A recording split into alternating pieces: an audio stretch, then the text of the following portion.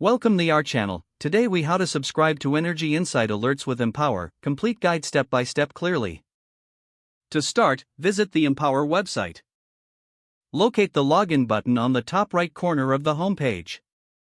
Enter your username and password, then click Login. Once logged in, navigate to the Energy Insights section in the main menu. Click on Alerts to open the Alerts Management page. Here, you will see options for different types of alerts available.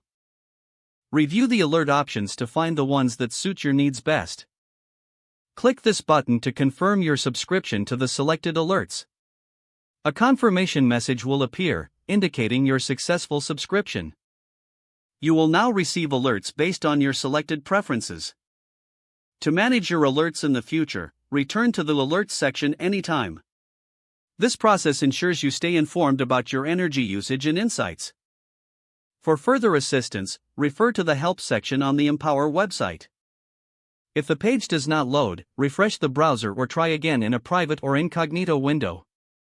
Make sure you are using the correct email address, then retype it carefully to avoid small typos. If your password is not accepted, use the reset option and create a new strong password you can remember. Check your spam folder for verification or security emails, then complete any requested confirmation steps. Enable two-factor authentication if available to improve account security and reduce unauthorized access risk. After signing in, review your profile details so your contact information and settings are accurate and current.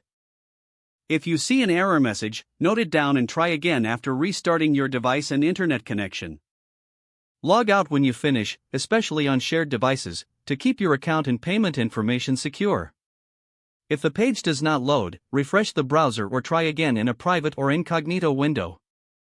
Make sure you are using the correct email address, then retype it carefully to avoid small typos.